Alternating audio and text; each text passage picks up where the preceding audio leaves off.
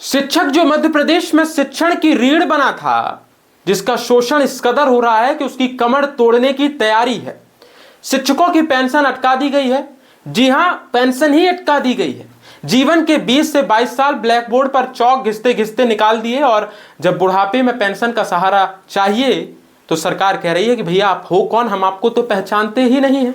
देश का भविष्य बनाने वाले गुरुजी का अपना ही भविष्य कागजों की कालिख में, अंधकार में धकेल दिया गया है। आज बात मध्य प्रदेश के 3 लाख शिक्षकों की, जिनके साथ सिस्टम ने ऐसा धोखा किया है, ठग्स ऑफ हिंदुस्तान भी शर्मा जाए। अंत तक बने रहिए, आपको पता चलेगा, लगेगा कि कैसे फाइलें घुमाकर 20 साल की वफादार नौकरी पर एक झटके में शून्य कर दिया गया है। नमस्कार, द लपेटा पर आप देख रहे हैं सिस्टम की इस निर्लज्जता पर हमारी यह खास खबर और मैं हूं आपके साथ आदर्श पांडे। आज बात कागजी उस आतंकवाद की जिसने रातों रात प्रदेश के 3 लाख शिक्षकों के बुढ़ापे की लाठी तोड़ दी है। मामला जबलपुर हाईकोर्ट पहुंचा है। स्कूल शिक्षा विभाग ने ऐसा हलफनामा दिया है जिसकी चर्चाएं तेज हैं, जिसने इंसानियत और प्रशासनिक नैतिकता दोनों की सीमाएं पार कर दी हैं। शिक्षा विभाग ने कोर्ट में सरेआम कह दिया है कि 1997 से 2005 के बीच भर्ती हुए शिक्षक कर्मी, संविदा शिक्षक, अध्यापक हमारे सरकारी कर्मचारी ही नहीं है, वो तो पंचायत और निकायों के कर्मचारी थे। मतलब गजब है भैया, गजब की बेशर्मी है। स्कूल आपका, सिलेबस आपका, ट्रांसफर आपका, ट्रेनिंग आपकी, मंत्रालय आपका, बजट आपका, तनख्वाह आपकी, शिक्षा विभाग आपका। लेकिन जब पेंशन की बात आई, 20 साल की वरिष्ठता देने की बात आई, तो सौतेले बाप बन गए। सौतेले बाप की तरफ पल्ला झाड़ लिया। विभाग की दलील है कि 2018 में नया कैडर बनाकर इन्हें नई नियुक्ति दी गई है, इसलिए वरिष्ठता सिर्फ 2018 से मानी जाएगी। अरे वाह भाई वाह, मतलब 97 से 18 तक 20 साल इन शिक्षकों ने अपना खून पसीना एक करके वो जो काम किया, वो टाइम पास था? वो बच्चे हवा में पढ़ रहे थे क्या, या कोई और जादुई शक्ति आके बच्चों को पढ़ा रही थी? इधर पंचायत और नगरीय निकाय वाले साफ कह रहे हैं कि भाई हमने तो सिर्फ भर्ती की है, कर्मचारी हमारे नहीं हैं। मंदसौर, माफ कीजिएगा, कई निकायों में कोर्ट में लिखित में दिया गया है कि शिक्षक हमारे नियंत्रण में नहीं है।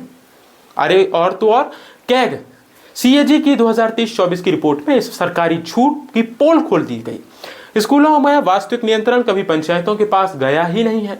पंचायतें सिर्फ एक हायरिंग एजेंसी थी, लेकिन अब जब अधिकार देने की बात है तो गुरुजी को फुटबॉल की तरह बनाकर घुमा रहे हैं, एक विभाग से दूसरा विभाग, और सब पल्ला झाड़ रहे हैं।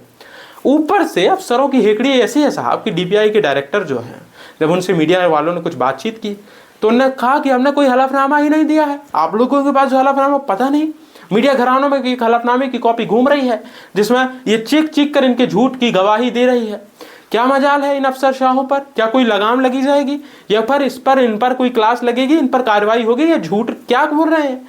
जबलपुर हाईकोर्ट में हलफनामा दे रहे हैं, शिक्षकों को एक विभाग से दूसरे विभाग फुटबॉल बना के घुमा रहे हैं।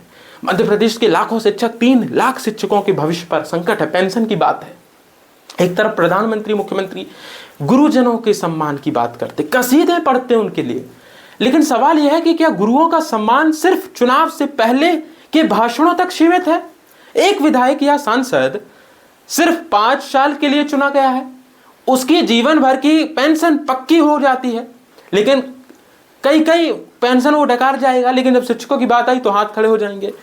मामला क्या है? शिक्षकों को 2018 का नया कर्मचारी बताकर उसकी आधी जिंदगी को शून्य कर दिया गया है। क्या ये उचित है? क्या सरकारें सिर्फ चुनाव के वक्त कर्मचारियों को वोट बैंक और पोलिंग एजेंट मानती है क्या? या 3 लाख शिक्षकों और उनके परिवारों के साथ हो रहे सरकारी अन्याय पर आपका खून नहीं खोलता? जब एक शिक्षक का ही भविष्य सुरक्षित नहीं है दर्शकों, तो क्लासरूम में बैठकर जो बच्चे पढ़ रहे हैं उनका भविष्य क्या सुरक्षित होगा? कमेंट बॉक्स पर अपनी राय, अपने विचार, अपने सुझाव और अपने सवाल सीधे लिखिए और हम पर भेजिए ताकि आपकी राय हम तक पहुंच सके।